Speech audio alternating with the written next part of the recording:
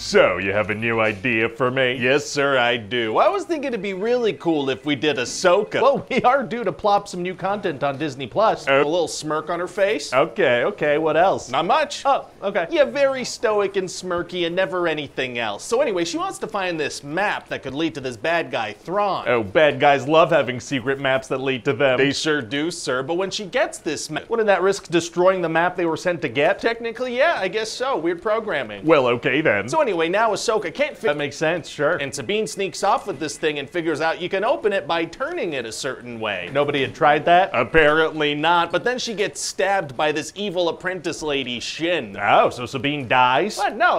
She was just impaled with a lightsaber. Why would that... Is that not bad? Not anymore. No, that's meaningless. She's up and at him in the next episode. Well, okay then. So who was this tibia person that attacked her? Shin. What did I say? Well, Shin is the apprentice of this guy, Balin, who has Jedi powers and the best beard in the galaxy. What? And they rescue this lady, Morgan Elsbeth, because they all want to go rescue Thrawn, who's stuck in another galaxy. Not good. So now that Sabine has recovered from being tickled by a lightsaber, her and Ahsoka need to stop all that bad stuff from happening. So what do? Well, they freaking chase the bad guys down to this big old space hyper ring thing, but then their ship gets disabled, so they gotta fight. Uh-oh. Yeah, so Ahsoka gets out of her ship and fights these bad guys with her lightsabers. What do you mean? Well, they fire at her, so she deflects those shots, and then she kills one of them when they swoop in next to her. Why wouldn't the bad guys just stay slightly far away from their disabled ship and fire at them instead of swooping in at lightsaber lady? Unclear, but so then on a nearby planet, Ahsoka's gonna manage to kill a fart. Oh, stopping a fart is tight. But then she's gonna lose a fight against that Balin guy who sends her into the ocean. What kind of change does she go through? Well, she learns that it's better to live than to die. Did she not know that? Apparently not, and now she's gonna dress in light clothes instead of dark ones. Oh, okay, yeah, we might as well spend an episode on a wardrobe change. But meanwhile, Sabine made a deal with the bad guys to give them the map. What? Why? We'll see, her good friend Ezra Bridger might still be alive in the same galaxy as Thrawn, so in exchange for the map, they're gonna bring her there too. So this Thrawn guy can't be that big of a deal if she's doing something like that.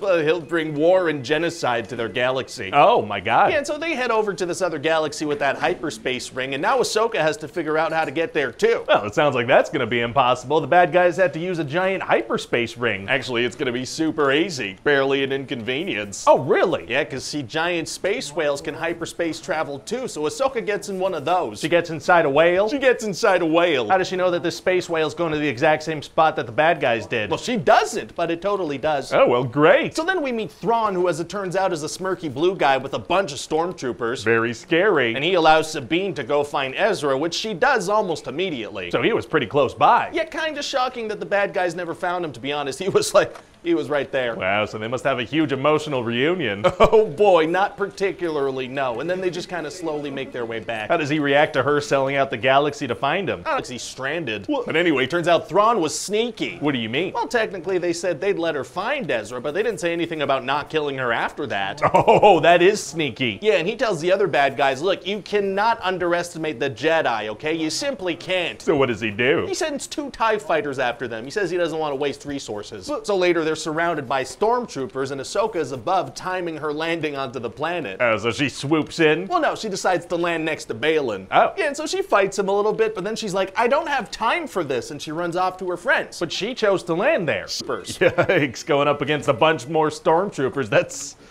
well, I wouldn't say dangerous, but kind of a roadblock. Yeah, barely, so they kill all of them pretty quick. Right, yeah. But then get this, since Thrawn is working with some witches, all these stormtroopers come back as like zombies. Oh, wait, so like slower stormtroopers that are worse at fighting? Yeah. That doesn't seem like much of a threat. It's not really, no, so they get away quite quickly again. That makes sense, yeah. So now Thrawn sends that Morgan lady to go fight them and slow them down. Wow, so what does she do? She immediately lets Ezra and Sabine walk right past her. Okay. And then she fights Ahsoka and dies pretty quickly as well. All right. And then Sabine and Ezra are going to be fighting some bad guys, and Sabine's finally going to be able to use the Force. She's been trying to do that this whole series. Oh, well, good for her. Yeah, so then she uses the Force to send Ezra flying onto Thrawn's ship that's taking off. She's just immediately that good at using the Force? Yes. Well, okay then. So now Sabine and Ahsoka are stuck in this galaxy, but Ezra gets back home. How does he manage that? Well, he dresses up as a stormtrooper and steals a ship, and when he gets onto a good guy's ship, This entire series was just kind of Ahsoka and Sabine switching places with Ezra and Thrawn. Yeah, and Sabine trading the well-being of an entire galaxy for one guy and then nobody calling her out on that. I feel like it's maybe missing a little something. Kind of feels like just content for the sake of content. Yeah, I mean, that's one way to look at it, and we can certainly dive into that if you like. Or